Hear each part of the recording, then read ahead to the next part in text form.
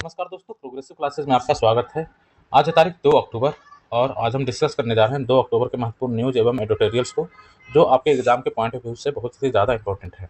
इसमें जो हमारा आज का पहला टॉपिक होगा वो होगा इंडिया स्किल्स रिपोर्ट 2024 जारी की गई है। इसमें जो कुछ फैक्ट्स निकल कर आए हैं उसकी हम चर्चा करेंगे। इसके अलावा स्वदेशी प्रजातियों के संरक्षण, बीजों के संबंध में सहकारिता का क्या रोल हो सकता है, इसके बारे में हम चर्चा करेंगे। इसके अलावा आज 2 अक्टूबर है, गांधी जी और लाल बहादुर शास्त्री की जन्म जयंती है। तो इसमें बलबीर पुंज जी का लेख है, उसकी हम विस्तार से चर्चा करेंगे कि जो गांधी जी की कल्पना का भारत था वो भी कहाँ है, और हम उसे समझने का प्रयास करेंगे। इसके अलावा पर्यावरण परिस्थिति को लेकर के जलवायु संकट संबंधी यहाँ पे चुनौतियाँ जो है और जो समस्याएं उत्पन्न हुई है, अफ्रीका जो है सूखे की चपेट में आ चुका है, इसकी हम चर्चा करेंगे। इसके अलावा साइंस एंड प्रौद्योगिकी विषय क्षेत्र से सुपर कंप्यूटर का जो एक तरह से रोल होने वाला है उसके ऊपर हम विस्तार से चर्चा करेंगे। इसके अलावा जो हम चर्चा करेंगे वो है ईवी को बढ़ावा देने के लिए ई ड्राइव सब्सिडी योजना लाई गई है, इसके ऊपर हम विस्तार से चर्चा करेंगे। ठीक है, तो पहला जो हमारा टॉपिक है हम इसमें देखते हैं क्या कुछ चीज़ें शामिल हैं। इसमें कहा गया है इंडिया स्किल्स रिपोर्ट 2024, इसमें हरियाणा ने काफ़ी अच्छा परफॉर्मेंस दिखाया है। यहाँ पे कहा जा रहा है कि इस सैंपल में नेशनल एम्प्लॉयबिलिटी टेस्ट है, इसमें 3.88 लाख युवाओं ने भाग लिया और 60% से अधिक अंक पाने वाले को यहाँ पे रोजगार योग कुशल माना गया। ये जो रिपोर्ट है ये जारी किया गया बी बॉक्स जो है प्रतिवर्ष इंडिया स्किल्स रिपोर्ट जारी करती है। यह संस्था कौशल विकास मंत्रालय के विभिन्न संस्थानों के साथ भी मिलकर काम कर रही है। इस बार बी बॉक्स द्वारा आयोजित नेशनल एम्प्लॉयबिलिटी टेस्ट में 3.88 लाख युवाओं ने भाग लिया और इस परीक्षा के परिणामों के आधार पर इंडिया स्किल्स रिपोर्ट 2024 जारी किया गया। तो रिपोर्ट में विभिन्न परीक्षणों में 60% से अधिक अर्जित करने वाले युवाओं को रोजगार के लिए कुशल माना गया। इस आधार पर शीर्ष 10 राज्यों में हरियाणा शीर्ष पर रहा। राज्य के जितने युवाओं ने टेस्ट में भाग लिया उनमें से 76% युवाओं ने 60% से अधिक अंक अर्जित किया। इसी तरह से दूसरे स्थान पर महाराष्ट्र और तीसरे स्थान पर आंध्र प्रदेश रहा। चौथा नंबर पे उत्तर प्रदेश रहा, जो इससे पहले नंबर पर था। इस तरह से 3 रैंक के पीछे गया है और उत्तर प्रदेश चौथे नंबर पर है। 5वां पर केरला है, 6ठा नंबर पर तेलंगाना है, 7वां पर कर्नाटका है। इसी तरह से 8वां पर पंजाब, 9वां पे तमिलनाडु और 10वें नंबर पर दिल्ली है। तो हरियाणा ने यदि बेहतर प्रदर्शन किया है तो इसका श्रेय राज्य की युवतियों को दिया जाता है। रिपोर्ट के अनुसार समग्रता में देश भर में 51.8% पुरुष और 51% महिला अभ्यर्थी रोजगार के लिए योग्य पाए गए हैं। देखिए यहाँ पे 51% 50% को क्रॉस करता हुआ दिख रहा है। जो पिछली बार जो है यदि जो रिपोर्ट है तो उसमें यदि हम देखें तो कहा जा रहा है कि वर्ष 2017 में सर्वे में मात्र 40.4% युवा रोजगार के लिए योग्य पाए गए थे। वहीं इस वर्ष का आंकड़ा 2023 का आंकड़ा 50.3% था। अब ये कहाँ पहुंच गया, 51.25% तक पहुंच गया है। ठीक है, तो 2017 में 40% युवा रोजगार के लिए योग्य पाए गए थे, 23 में 50% और अभी 24 में जो हुआ 51.25% युवा रोजगार के लिए योग्य पाए गए हैं। ठीक है, तो यही यहाँ पे चर्चा कर रहे हैं। तो इसमें देखा जाए तो 51.8% पुरुष और 50.8% महिला अभ्यर्थी रोजगार योग्य हैं, लेकिन सिर्फ योग्य पुरुष अभ्यर्थियों में हरियाणा का स्थान मात्र 26.89% का 10वां नंबर है। यदि पुरुष अभ्यर्थी के मामले में देखें तो हरियाणा 10वां नंबर पर है, जबकि महिला अभ्यर्थी में 49.58% अंक दर्ज कर लड़कियों ने समग्रता में राज्य की रैंकिंग में पहला स्थान पहुंचाया है। समग्र रूप से देखें तो हरियाणा की जो युवतियां हैं, वहाँ की लड़कियां हैं 49.58%। अब देखिए ये भी 50% से नीचे में ही है लेकिन इनके बदौलत जो है हरियाणा पहला नंबर पर पहुंचा। इसका मतलब हम देख सकते हैं कि अन्य राज्यों में महिलाओं की जो स्किल्स कैपेबिलिटी है वो कितना कम होगा, जब 49.58 के साथ नंबर 1 पे पहुंचाया जा सकता है। वो भी 26.89% युवा जो है हरियाणा के जो पुरुष अभ्यर्थी हैं वो एक तरह से हैं 10वें नंबर पर हैं। तो यहाँ पे इंडिया स्किल्स रिपोर्ट की हमने यहाँ पे चर्चा किया है। और एक और चीज़ कहा जा रहा है कि तकनीक में जो बदलाव हो रहा है उससे रोजगार क्षेत्र में चुनौतियां बढ़ रही है, लेकिन साथ साथ भारत में युवाओं की रोजगार योग कुशलता भी बढ़ी है और उसी के आधार पर ये इंडिया स्किल्स रिपोर्ट यहाँ पे जारी किया गया है। ठीक है, इसके अलावा इसमें और कुछ विशेष नहीं है। यहाँ पर देखते हैं क्या है, कहा जा रहा है कि 22 से 25 वर्ष तक के युवा सर्वाधिक रोजगार योग्य। तो 22 से 25 वर्ष के जो युवा हैं ये सर्वाधिक रोजगार योग्य पाए गए हैं। संस्था ने अध्ययन के परिणाम को 18 से 21 वर्ष, 22 से 25 और 26 से 29 वर्ष की उम्र में बांटा है। इसके अनुसार 63.58% अंक के साथ सर्वाधिक योग्य युवा जो है 22 से 25 वर्ष की उम्र के हैं। तो 22 से 25 वर्ष की उम्र वाले जो युवा हैं ये सर्वाधिक योग्य हैं और इनका जो प्रतिशत है वो 63% है। तो इस उम्र वर्ग के सर्वाधिक युवा उत्तर प्रदेश में है। तो क्रमशः महाराष्ट्र, दिल्ली, कर्नाटक, मध्य प्रदेश, केरल, तमिलनाडु, हरियाणा और बिहार का स्थान है। तो योग्य उम्र वर्ग 26 से 29 वर्ष में गुजरात शीर्ष पर है। 26 से 29 में गुजरात शीर्ष नंबर पर है। ठीक है, दूसरा नंबर पर झारखंड है। काफ़ी अच्छा परफॉर्मेंस यदि देखा जाए तो झारखंड का यहाँ पर 26 से 29 वर्ष वाले में। तीसरा नंबर पर महाराष्ट्र है और चौथे नंबर पर उत्तर प्रदेश है। तो इस तरह से हम स्किल्स रिपोर्ट 2024 की जो भी चीज़ें निकल कर आई है उसका हमने यहाँ पे एक तरह से चर्चा किया है। ठीक है, तो इसमें जो हमारे लिए इम्पोर्टेंट था कि जो हमारा स्किल्स रिपोर्ट है वो बता रहा है कि 2017 में जहाँ हमारे युवा जो 40% युवक थे रोजगार के लिए, अब वो 51.25% हो गया है। ये काफ़ी अच्छा बढ़ोतरी माना जा सकता है। 11% जो है हमारा स्किल्स बढ़ा है, युवाओं का स्किल्स बढ़ा है 2017 से लेकर अभी तक में। ठीक है, अगला देखते हैं। स्वदेशी प्रजाति के उन्नत बीजों को मिलेगा बढ़ावा। कैसे बढ़ावा मिलेगा तो देखते हैं। सहकारिता के सहारे परंपरागत बीजों का संरक्षण किया जाएगा और विश्व बाजार में हिस्सेदारी बढ़ाई जाएगी। व्यापक विमर्श के बाद भारतीय बीज सहकार समिति की स्थापना हुई है। तो देश के अधिकतर कृषि बीज विदेशी तरीकों से R&D पर कर बनाए गए हैं। इनका स्वाद, पोषण की गुणवत्ता स्वदेशी प्रजाति के बीज से उगाई गई फसलों की तरह नहीं होती है। इसलिए सहकारिता के माध्यम से पारंपरिक बीजों की ओर फिर से लौटने का प्रयास आरंभ किया गया है। लगभग 2000 से अधिक कृषि विज्ञानियों एवं सहकारिता क्षेत्र के प्रतिनिधियों के बीच पिछले वर्ष व्यापक विमर्श के बाद भारतीय बीज सहकारी समिति की स्थापना की गई थी। भारतीय बीज सहकारी समिति की स्थापना की गई, जिसके सहारे परंपरागत बीजों को वैज्ञानिक तरीके से उन्नत कर मिट्टी और जलवायु के अनुकूल किया जा रहा है। साथ ही वैश्विक बाजार में भारतीय बीजों की दखल बढ़ाने का भी प्रयास है। अभी विश्व बाजार में भारतीय बीजों की जो हिस्सेदारी है वो सिर्फ 4.5% है। इसे बढ़ाना है और सभी राज्यों के बीज निगमों को भी इस समिति से जोड़ा जाएगा। कृषि और किसान कल्याण मंत्रालय ने बीज सहकारी समिति को दाल एवं तिलहन बीजों के वितरण के लिए नोडल संस्थाओं में शामिल कर लिया है। कुछ महीने में ही भारतीय बीज सहकारी समिति लिमिटेड ने 11,759 सदस्य बना लिए हैं। तो समिति के अध्यक्ष और निदेशक का अनुमान है कि 5 वर्षों में 15,000 करोड़ का टर्नओवर हो जाएगा, 15,000 करोड़ का। और राज्य से बीज उत्पादन कार्यक्रम एवं विपणन के सर्वाधिक अनुज्ञा पत्र प्राप्त हो गए हैं। निविदा में शामिल होने के लिए राज्यों से भी कहा गया है। इस बार उत्तर प्रदेश, मध्य प्रदेश, गुजरात और राजस्थान के 78 किसान के 1100 एकड़ में गेहूं, चना, सरसों, मटर आधारित बीजों का उत्पादन कराया गया है, जिससे 2024-25 के रबी फसलों के प्रमाणित बीजों का इस्तेमाल किया जाएगा। अगले वर्ष में ये बीज खरीफ मौसम के लिए भी बाजार में उपलब्ध होंगे। और सरकार को सबसे ज्यादा फोकस दलहन और तिलहन पर आत्मनिर्भरता प्राप्त करने पर है।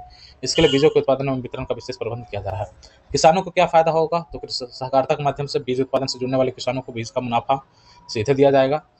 और समिति के नियंत्रण एवं निर्देशन के लिए बनाए गए बोर्ड में 5 शीर्ष संस्थान नाफेड, NCDC, NDDB से एक प्रतिनिधि को शामिल किया गया है। स्वदेशी बीज स्थानीय परिस्थितियों के अनुकूल हैं, आर्थिक व पर्यावरण की दृष्टि से अधिक टिकाऊ भी हैं। कीट प्रतिरोधी और रासायनिक कीटनाशकों के बहुत सीमित उपयोग की जरूरत होगी। तो स्वदेशी बीज के अधिक उन्नत जब प्रसंस्करण आ जाएगा तो उससे हमें बहुत सारे फायदे होंगे। वैसे भी जो स्वदेशी बीज होते हैं स्थानीय परिस्थितियों के अनुकूल होते हैं, उनमें आर्थिक और पर्यावरण की दृष्टि से अधिक टिकाऊपन भी होता है और कीट प्रतिरोधी भी होते हैं। रासायनिक कीटनाशकों आदि का इस्तेमाल की जरूरत कम पड़ेगी। ठीक है, तो ये हो गया परंपरागत बीजों को वैज्ञानिक तरीके से उन्नत करने संबंधी जो सहकारिता क्षेत्र के प्रयास हैं उसके बारे में हमने यहाँ पे चर्चा किया है। अब देखते हैं गांधी जी की कल्पना का भारत। तो आज के गांधीवादी बड़े चतुराई के साथ इसकी अनदेखी करना पसंद करते हैं कि गांधी जी गौ संरक्षण के पक्षधर और मतांतरण के प्रबल विरोधी। देखते क्या इसमें सारी चीजें हैं। तो गांधी जी का 155वां जयंती उनको याद किया जा रहा है। 1869 में उनका जन्म हुआ था। तो इस तरह से देखें तो 155 जयंती इनका मनाया जा रहा है। तो स्वाधीनता तक उन्होंने देश की नियति और दिशा दोनों निर्धारित की थी। आज जब देश में उनके नाम पर राजनीति करने वाले भारत को एक राष्ट्र नाम मानकर राज्यों के समूह के तौर पर परिभाषित करते हैं, तब गांधी जी की कल्पना में भारत क्या है उस पर विचार आवश्यक हो जाता है। गांधी जी ने हिंद स्वराज में लिखा था, अंग्रेजों ने सिखाया कि आप एक राष्ट्र नहीं थे और एक राष्ट्र बनने में आपको सैकड़ों वर्ष लगेंगे। यह बात बिल्कुल निराधार है। 2 अंग्रेज जितने एक नहीं उतने हम भारतीय एक थे और एक है। इस संबंध में गांधी जी की विरासत पर दावा करने वालों का विचार में आए परिवर्तनों के कारण उनके वह औपनिवेशिक चिंतन और वामपंथी दर्शन है, जिसमें भारतीय सांस्कृतिक पहचान के प्रति अकूट घृणा और प्रत्येक विषय पर भारतीय दृष्टिकोण का गहरा अभाव है। इस विषय पर आप इस पर जो यहाँ पे लाइन लिखा हुआ है इसके आप पक्षधर हो सकते हैं या विपक्ष में भी हो सकते हैं, ये आपका मंतव्य हो सकता है यहाँ पर। ठीक है, तो गांधी जी अस्थावान सनातनी हिंदू थे। वह एक सत विप्रा बहुधा वदंती के दर्शन से प्रेरणा पाते थे और उन्होंने रामराज को सुशासन का पर्याय माना। अक्सर वामपंथी स्वयंभू गांधीवादियों के साथ मुस्लिम नेताओं का एक वर्ग अयोध्या में विवादित ढांचे के ध्वंस को कलंक बताता है। वास्तव में वह विशुद्ध गांधीवादी समाधान था। गांधी जी ने यंग इंडिया में एक प्रश्न का उत्तर इस प्रकार दिया था कि अगर ए का कब्जा अपनी जमीन पर है और कोई जो शख्स है उस पर कोई इमारत बनाता है, चाहे वह मस्जिद ही हो, तो ए को यह अख्तियार है कि वह इसे गिरा दे। अगर उसे उखाड़ डालने की इच्छा या ताकत ए में नहीं है तो उसे यह हक बराबर है कि वह अदालत में जाए और उस अदालत द्वारा गिरवा दे। तो गांधी जी ने सदैव भारतीय समाज को स्वावलंबी बनाने हेतु खादी और कुटीर उद्योग के लिए प्रोत्साहित करने के साथ गौ संरक्षण पर भी बल दिया था। मतांतरण का विरोध किया। अपने बाल्यकाल का स्मरण करते हुए उन्होंने लिखा था कि कैसे ईसाई मिशनरी स्कूलों के बाहर खड़े होकर हिंदुओं और उनके देवी देवताओं के बारे में अपशब्द बोलते थे और हिंदुओं को ईसाई बनाकर गोमांस खाने आदि के लिए विवश करते थे। विडंबना यह है कि वर्तमान समय में स्वयंभू गांधीवादी जो छल बल लालच प्रेरित मतांतरण के प्रत्यक्ष परोक्ष समर्थन में है, जबकि गोरक्षा के विरोध में खड़े नजर आते हैं। यह भी विडंबना है कि कथित गांधीवादी भक्त यह बताना पसंद नहीं करते कि बापू हर किस्म के अन्याय के विरोधी थे। कुछ सालों तक गांधी जी को विभाजन के लिए और उसके रक्त रंजित विभिषिका के लिए जिम्मेदार ठहराते हैं। हालांकि सच यह है कि देश को इस त्रासदी से बचाने के लिए उन्होंने भरसक प्रयास किए थे। उनकी नियति और दृष्टि निष्कलंक परंतु नीति त्रुटिपूर्ण थी। वह सोचते थे कि तुष्टीकरण से विभाजन की पक्षधर मजहबी मानसिकता परास्त हो जाएगी। इसलिए उन्होंने खिलाफत आंदोलन का नेतृत्व करने के साथ जिन्ना को अविभाजित भारत का प्रधानमंत्री बनाने का प्रस्ताव तक दिया। जब इस्लाम के नाम पर विभाजन अपरिहार्य हो गया, तब उन्होंने दूरदर्शी नीति अपनाते हुए पाकिस्तान में बसने की इच्छा जताई थी। यदि ऐसा होता तो 3 संभावनाएं बन सकती थी। पहला, वह पाकिस्तान में आम नागरिक की भांति रहते। दूसरा, जिन्ना उन्हें गिरफ्तार करके जेल में डाल देते। तीसरा, किसी झूठे मामले में फंसाकर गांधी जी को फांसी पर लटका देते। इन तीनों सूरत में पाकिस्तान कुछ वर्षों में बिखर सकता था, क्योंकि उस समय जिन क्षेत्रों को मिलाकर पाकिस्तान बनाया गया था, वहां तब मुस्लिम लीग से कहीं अधिक गांधी जी की स्वीकार्यता और लोकप्रियता थे। आखिर गांधी जी ने विभाजन को क्यों स्वीकार किया? जब खिलाफत आंदोलन जनित सांप्रदायिक दंगों में हिंदुओं पर कई जगह जिहादियों का कहर टूटा, तब गांधी जी को शायद संकेत मिल गया था कि देश की अखंडता को अक्षुण्ण बनाए रखना का वांछित समर्थ, शौर्य और संकल्प बल तत्कालीन हिंदू समाज में नहीं था। इस संबंध में उन्होंने यंग इंडिया के एक आलेख में हिंदुओं को दब्बू और मुसलमानों को ढींग कहकर संबोधित किया था। इसी पृष्ठभूमि में कांग्रेस से त्याग पर देकर डॉक्टर केशव राम बलिराम हेडगेवार ने भारतीय समाज को सुरक्षित और संगठित करने हेतु राष्ट्रीय स्वयंसेवक संघ की स्थापना की थी। तो इसमें संदेह नहीं कि गांधी जी ने स्वतंत्रता आंदोलन में बहुत बड़ी भूमिका निभाई और उनके मुख्य कर्णधार रहे, परंतु इसका श्रेय अकेले उन्हें देना संघ स्वतंत्रता सेनानियों के साथ अन्याय होगा। उन्होंने अपने बहुआयामी व्यक्तित्व के साथ नूतन प्रयोग करके न केवल स्वाधीनता की लौ जलाए रखी, बल्कि ब्रिटिश कुटिलता को कई अवसरों पर निष्प्रभावी भी किया। वर्ष 1932 का पूना समझौता इसका जीवंत प्रमाण है। तब दलित शेष हिंदू समाज से अलग ना हो, इसके लिए गांधी जी ने आमरण अनशन किया। ऐसा करके उन्होंने हिंदू समाज को एकजुट किया। स्वतंत्र भारत में दलित वंचितों के लिए वर्तमान आरक्षण उसकी अभिव्यक्ति है। गांधी जी कभी स्वयं के लिए और अपने परिवार हेतु महत्वाकांक्षी नहीं रहे हैं। इस पृष्ठभूमि में जो राजनीतिक दल गांधी जी की विरासत चिंतन पर अधिकार जमा कर राजनीति करते हैं, उनकी स्थिति किसी से छिपी नहीं है। अब वामपंथी भी खुद को गांधीवादी बताने लगे हैं। जहां बापू भारत की एकता अखंडता के पक्षधर रहे, वही वामपंथी इसके विरुद्ध थे। गांधी जी अहिंसक थे तो वामपंथी कार्यशैली केंद्र में हिंसा थे। भारत छोड़ो आंदोलन में गांधी जी के लिए भी वामपंथियों ने उच्च शब्दों का उपयोग किया था।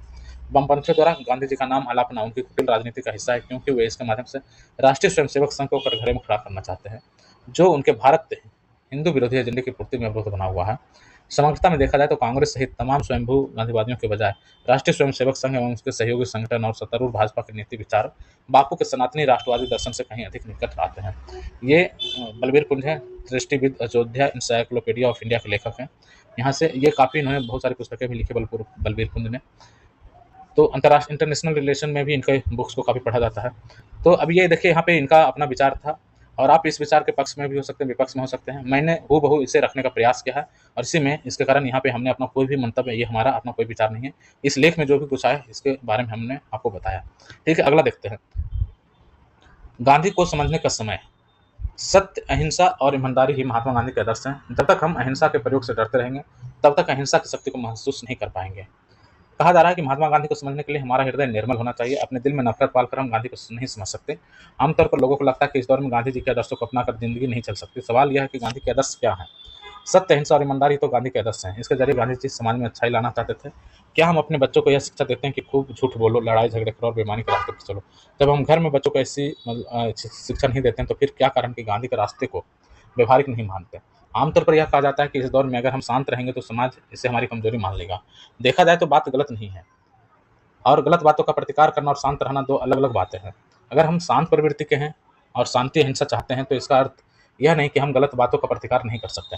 गांधी जी ने शांत रहकर अहिंसा के माध्यम से ही गलत बातों का प्रतिकार किया था। यह मुश्किल जरूर है, लेकिन असंभव नहीं है। शांति और अहिंसा की अपनी एक अलग शक्ति होती है। इस समय हमने समाज में ऐसा माहौल बना दिया है कि हमारे लिए इस शक्ति को महसूस करना थोड़ी मुश्किल हो गया है। हम इतनी हड़बड़ी में हैं कि इस शक्ति को महसूस नहीं करना चाहते। हम हिंसा के माध्यम से दूसरे को तत्काल दबा देना चाहते हैं। आर्थिक समृद्धि ने हमारी मानसिकता में एक बड़ा परिवर्तन किया है। इस परिवर्तन से उपजे आत्मविश्वास के कारण हम हर किसी को देख लेने की धमकी देने लगे हैं। गांधी जी ने किसी को देख लेने की धमकी नहीं दी और अहिंसा के माध्यम से अंग्रेजों को देख लिया था। दुख की बात है कि आज अहिंसा का प्रयोग को हमने कमजोरी से जोड़ लिया है। जब तक हम अहिंसा के प्रयोग से डरते रहेंगे, तब तक अहिंसा की शक्ति को महसूस नहीं कर पाएंगे। हमें यह समझना चाहिए कि हिंसा की शक्ति तत्कालिक होती है, लेकिन अहिंसा की शक्ति दीर्घकालिक होती है। अगर हम दीर्घकालिक शक्ति के मार्ग पर चलेंगे तो कुछ समय बाद तत्कालिक शक्तियाँ कमजोर हो जाएगी। जब लोग धीरे धीरे हिंसा की शक्ति समझने लगेंगे, तो हिंसा के खत्म होने की संभावनाएं बढ़ जाएगी। लेकिन इसके लिए धैर्य की जरूरत होती है। दुर्भाग्य की बात है कि हमारे पास धैर्य की कमी है और हम गांधी पर यह आरोप लगाते हैं कि इस दौर में हिंसा और ईमानदारी के माध्यम से कुछ संभव नहीं है। आज भी जब दो देशों के बीच युद्ध होता है या फिर दो लोग परिवारों के बीच लड़ाई झगड़ा होता है, तो कुछ समय बाद उन्हें शांति की ही बात करनी पड़ती है। ऐसी अनेक घटनाएं घटित हुई है। जब खेत की 1 इंच मेड़ काटने को लेकर विवाद हुआ, कई वर्षों बाद इस विवाद को खत्म करने के लिए शांति समझौते हुए। यानी जब खूब मारकट हो जाती है तब हमें गांधी जी का रास्ता याद आता है। इसलिए इस दौर में भी गांधी प्रासंगिक है। आखिर हमारे पुरखों ने गांधी जी में कुछ अच्छाइयाँ देखी होगी तब उन्होंने उन पर भरोसा जताया। आज हम गांधी जी के बताए उपायों को नज़रअंदाज करते हैं और उन्हें एक तरह से हम कटघरे में खड़े करते हैं। तो ऐसे लोग भी मिल जाएँगे जो अपने दादा-पिता को ही उँगली उठाकर कहते हैं कि आपने हमारे लिए क्या किया? ऐसे में अगर कुछ लोग गांधी जी पर उँगली उठाते हैं तो आश्चर्य कैसा है? दूर खड़े होकर गांधी जी को नहीं समझा जा सकता। गांधी को समझने के लिए हमें गांधी के पास जाना होगा। कौन है वो लोग जिन्हें गांधी जी के पास जाने से डर लगता है? निश्चित रूप से हिंसक लोगों को गांधी जी के पास जाने से डर लगता है। ऐसे लोग ही डर कर गांधी जी पर विभिन्न आरोप लगाते हैं। आप अंदाज़ा लगा सकते हैं कि जो लोग गांधी जैसे हिंसक और प्रेमी इंसान से भी डरते हैं, वे कितने कमज़ोर लोग हैं। ज़ाहिर है कमज़ोर लोग गांधी जी को नहीं समझ सकते। गांधी को समझने के लिए प्रेम की शक्ति चाहिए।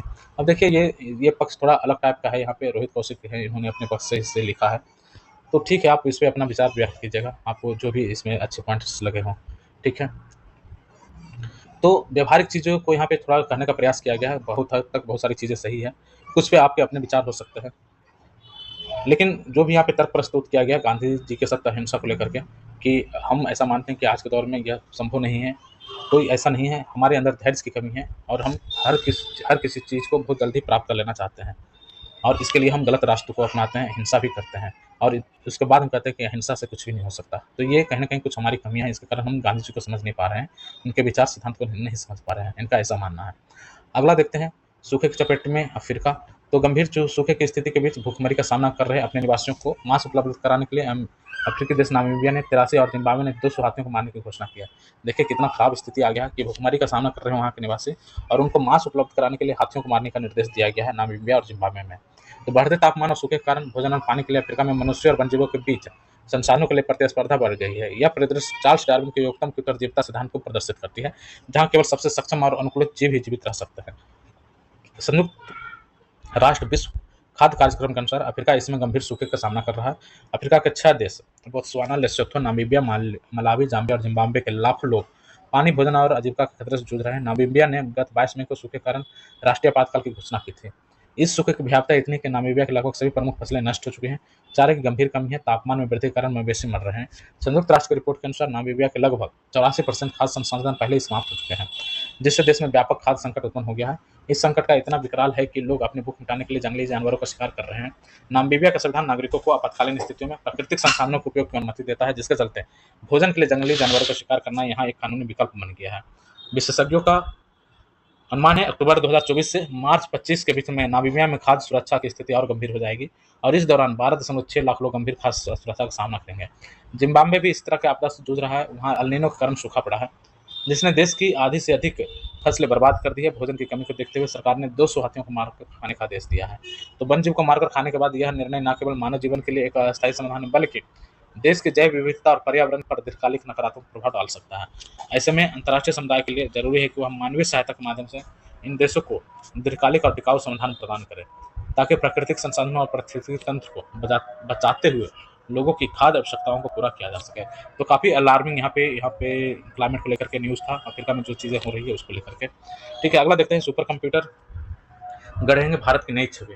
तो हाल ही में पीएम नरेंद्र मोदी ने परम रुद्र श्रेणी के 3 नए सुपर कंप्यूटर विकसित कर पुणे, दिल्ली और कोलकाता स्थित वैज्ञानिक संस्थानों को एक तरह से मोदी जी ने उद्घाटन किया है और इन सुपर कंप्यूटर को पुणे, दिल्ली और कोलकाता में स्थापित किया जाएगा। साधारण कंप्यूटरों की तुलना में हजारों लाखों गुना तेजी से काम करने और एक सेकंड में अरबों खरबों गणनाएं करने में सक्षम है। इस सुपर कंप्यूटर को आम कंप्यूटर से अलग करती है। तो इनसे कंप्यूटिंग के क्षेत्र में हमारे देश की बढ़त हासिल होगा। लेकिन क्या हमारा देश इस मामले में उस स्थिति में है कि तकनीक के क्षेत्र में महाशक्तियों की बराबरी कर सके? तो देखते हैं। तो सुपर कंप्यूटर, इसे कोई अनजान नहीं है, इसमें लाखों गुना तेजी से गणनाएं होती है, एक सेकंड में अरबों खरब गणनाएं हो जाती है। और हाल ही में रुद्र श्रेणी के 3 नए सुपर कंप्यूटर विकसित कर देश के अलग अलग वैज्ञानिक संस्थानों में इसको स्थापित करने का निर्णय लिया गया है। हालांकि आर्टिफिशियल इंटेलिजेंस के इस दौर में सुपर कंप्यूटरों की चर्चा पुराने जमाने जैसी लग सकती है, लेकिन हमें यह ध्यान रखना होगा कि गणनाओं में तेजी लाए बिना एआई जैसी तकनीक का कोई भी अर्थ नहीं रह जाता है। बहरहाल भारत की स्थिति इस मामले में सुपर स्टार जैसी नहीं है। क्षमता के मानकों पर सुपर कंप्यूटर के इस साल जून में जारी वैश्विक सूची में भारत को 20वां स्थान मिला था। तो सुपर कंप्यूटर का जो रैंकिंग जारी हुआ था उसमें भारत को 20वां स्थान मिला था, जो इस देश में स्थापित 11 सुपर कंप्यूटर की बदौलत मिला है। हाल में पुणे, दिल्ली, कोलकाता के अग्रणी वैज्ञानिक अनुसंधानों के कामकाज में तीव्रता लाने के लिए सुपर कंप्यूटर परम रुद्र को विकसित करके स्थापित किया गया है। इनमें से एक सुपर कंप्यूटर पुणे स्थित विशाल मीटर रेडियो टेलीस्कोप में स्थापित किया गया है, जीएमआरसी में। वहाँ स्थापित परम रुद्र से खगोलीय संकेतों को समझने और विशेष रूप से रेडियो संकेत को करने में मदद मिलेगी। दूसरा परम रुद्र दिल्ली स्थित यूनिवर्सिटी एक्सेलरेटर सेंटर में स्थापित किया गया है। यहाँ स्थापित परम रुद्र पदार्थ विज्ञान और परमाणु भौतिकी के क्षेत्र में शोध अनुसंधान करेगा। वहीं तीसरा जो है कलकत्ता के एशियन बोस सेंटर में लगाया गया है। वहाँ इसकी मदद से भौतिकी, ब्रह्मांड विज्ञान और पृथ्वी के संचालन संबंधी गतिविधियों के आंकड़े लिए जाएंगे। तो इन तीनों में से दिल्ली के इंटर यूनिवर्सिटी एक्सेलरेटर सेंटर में स्थापित सुपर कंप्यूटर की क्षमता यानी गणना करने की गति सबसे ज़्यादा है। यह एक पेटाफ्लॉप है, जबकि कोलकाता में लगाया गया इसके मुकाबले थोड़ा धीमा है, जो कि 838 टेराफ्लॉप का है। हमारे देश के पास राष्ट्रीय सुपर कंप्यूटिंग मिशन के तहत विकसित किए गए परम रुद्र से पहले परम अनंत, परम शिवाय और परम शक्ति, परम ब्रह्मा नाम के सुपर कंप्यूटर मौजूद हैं। क्यों अहम है सुपर कंप्यूटिंग तकनीक, ये देखते हैं। तो बात चाहे मौसम के पूर्वानुमान की हो, जलवायु के रुझान की हो, परमाणु परीक्षण, फार्मास्यूटिकल रिसर्च जैसे काम में दक्षता हासिल करने को, इन सभी में सुपर कंप्यूटर अनिवार्य है। आज चैट जीपीटी जैसे एआई प्लेटफॉर्म अगर हमारे तेजी से हमारे कामकाज को संपन्न कर रहे हैं, तो उसमें सुपर कंप्यूटर का कमाल है। एआई की मदद से चलने वाले एल्गोरिदम और चेहरा पहचानने वाले जटिल कामों में भी सुपर कंप्यूटिंग तकनीक बहुत मददगार साबित होती है। तो इन दिनों चिकित्सा, खासतौर से फार्मास्यूटिकल के क्षेत्र में सुपर कंप्यूटर का इस्तेमाल काफ़ी बढ़ा है। सुपर कंप्यूटिंग की मदद से ही कोरोना वायरस के स्वरूप बदलने की क्षमताओं को मापा गया और उस पर वैक्सीन बनाई गई, इसका आकलन किया गया। तो सुपर कंप्यूटर से अंतरिक्ष अनुसंधान और बेहद उच्च स्तरीय हथियार जैसे कि परमाणु हथियार और हाइपरसोनिक मिसाइल बनाने में काफ़ी मदद मिलती है। आज की तारीख में सभी तरह के आधुनिक हथियारों का निर्माण और राष्ट्रीय सुरक्षा तंत्र में सुपर कंप्यूटर का इस्तेमाल होता है। उल्लेखनीय है कि अंतरिक्ष की खोज, चिकित्सा, तीव्र इंटरनेट सेवा, इंसान के दिमाग की पड़ताल, रोबोटिक्स और मौसम संबंधी जानकारियों के बढ़ते दायरे के मद्देनजर अब दुनिया में अधिक तेज सुपर कंप्यूटर की जरूरत है। इसी जरूरत को भांपने के लिए चीन, रूस, अमेरिका, जापान आदि देश तीव्रतम सुपर कंप्यूटर के निर्माण की कोशिश में लगे हुए हैं। शीर्ष पर पहुंचने की भी होड़ है। तो हमारे देश में कई और सुपर कंप्यूटर भी हैं, लेकिन परम रुद्र की स्थापना के साथ उम्मीद है भारत शीर्ष सुपर कंप्यूटर की सूची में जल्द ही नए मुकाम पर होगा। लेकिन यह एक मामला हमें सताता है कि सुपर कंप्यूटिंग के मामले में काफ़ी तरक्की करने के बावजूद हमारा देश शीर्ष 10 में नहीं आता है। हालांकि हमारे देश में कुछ सुपर कंप्यूटर ऐसे हैं जिनकी गणना कुछ समय पहले तक की दुनिया के सबसे 100 तेज सुपर कंप्यूटर होती रही है, जैसे कि प्रत्युष और Mihir super computer. Pratyush super computer Pune स्थित इंडियन इंस्टीट्यूट ऑफ ट्रोपोलॉजी मेट्रोलॉजी संस्थान में रखे गए थे, ट्रॉपिकल मेट्रोलॉजी संस्थान में रखे गए थे। तो नवंबर 2018 में जारी शीर्ष 500 सुपर कंप्यूटर की लिस्ट में यह 45वें नंबर पर था, जबकि नोएडा वाला जो था उसमें वेदर फोरकास्टिंग में स्थापित मिहिर सुपर कंप्यूटर था, वो 73 नंबर पर था। तो फिलहाल सुपर कंप्यूटर की टॉप 10 लिस्ट में चीन और अमेरिका के अलावा जापान, जर्मनी, फ्रांस के सुपर कंप्यूटर आते हैं। खुद को आईटी और कंप्यूटिंग का प्रोधक आने वाला हमारा देश इस मामले में काफी पिछड़ा हुआ है। आखिर इस पिछड़ेपन का कारण क्या है, तो देखते हैं इसमें क्या है। असल में विज्ञान और तकनीक के क्षेत्र में यह बात काफी मायने रखती है कि किसी देश ने उससे जुड़ी परियोजनाओं और शोध कार्य कब शुरू किए थे। भारत ने सबसे पहले तो सुपर कंप्यूटर परम 800 बनाया था, जब अमेरिका ने भारत को सुपर कंप्यूटर देने से इनकार कर दिया था। तो अमेरिका ने भारत को क्रेन नामक सुपर कंप्यूटर देने से मना कर दिया था। तब इस चुनौती को स्वीकार करते हुए सरकार ने निर्देश दिए और डॉक्टर विजय भटकर और उनके सहयोगियों ने परम 8000 नामक सुपर कंप्यूटर बनाया था। तो इस दिशा में दूसरी बड़ी पहल 2015 में हुई, जब राष्ट्रीय ई गवर्नेंस प्लान 2.0 के अंतर्गत हर किस्म की सरकारी सेवा को मोबाइल समेत अन्य इलेक्ट्रॉनिक माध्यम के प्लेटफॉर्म पर ले आने की योजना लागू की गई। इसका उद्देश्य आम जनता को शिक्षा, कृषि, स्वास्थ्य, न्याय, साइबर सुरक्षा समेत कई अन्य क्षेत्रों की सेवाएं घर बैठे मुहैया कराना था। लिहाजा सरकार ने देश में 73 सुपर कंप्यूटर बनाने का फैसला किया था। परम रुद्र श्रेणी के 3 नए सुपर कंप्यूटरों की स्थापना इसी सिलसिले की एक महत्वपूर्ण कड़ी है, जिससे सुपर कंप्यूटिंग में भारत की हैसियत में सुधार होगा। इसके अलावा देखते हैं, तो यहाँ पे हमने क्या देखा कि परम भटकर बनाया गया, परम 8000 बनाया गया, जिसके द्वारा विजय भटकर के द्वारा। उसके बाद 2015 में प्लान आया राष्ट्रीय ई गवर्नेंस प्लान 2.0। इसके तहत मोबाइल समेत जो जितनी भी सरकारी सेवाएं हैं इलेक्ट्रॉनिक माध्यम से लोगों तक पहुंचाने के लिए सुपर कंप्यूटर बनाने का निर्णय लिया गया। 73 सुपर कंप्यूटर बनाने का निर्णय लिया गया। उसी सीरीज में ये परम रुद्र श्रेणी भी है शामिल है, जिसमें 3 नए सुपर कंप्यूटर की स्थापना की गई है। इसके अलावा देखते हैं सुपर कंप्यूटर बनने की कहानी, इसमें कुछ दिया हुआ है। तो 1973 में अमेरिका में कैलिफोर्निया में डिरक्स कॉरपोरेशन के द्वारा इसकी शुरुआत की गई। वह 10 साल के अंदर IBM के माइक्रो कंप्यूटर बाजार में आने के बाद से अपने उत्कर्ष पर मानी जाने लगी थी। इस उपलब्धि की बदौलत 1982 में अमेरिकी पत्रिका टाइम ने कंप्यूटर को मशीन ऑफ द ईयर की उपाधि दिया था। तो यह माइक्रो कंप्यूटर शुरुआती पीसी से करीब 300 गुना ज़्यादा शक्तिशाली, मेमोरी के मान में 2000 गुना तेज और आंकड़े भंडारण के लिए 1 लाख गुना ज़्यादा स्पेस रखने वाला था। तो इस कंप्यूटर ने दुनिया भर में अपनी जगह बनाई और उपयोगिता साबित की। लेकिन कुछ ज़रूरतें ऐसी थी जिन्हें इन कंप्यूटर की बदौलत पूरा करना संभव नहीं था, जैसे मौसम की जानकारी हो, अंतरिक्ष के रहस्य, विभिन्न गतिविधियाँ प्राप्त करना हो, अंतरिक्ष से संबंधित चीज़ें हों, तो छोटे कंप्यूटर में समानता एक प्रोसेसर होता है जो उनकी सेंट्रल प्रोसेसिंग यूनिट में निहित होती है।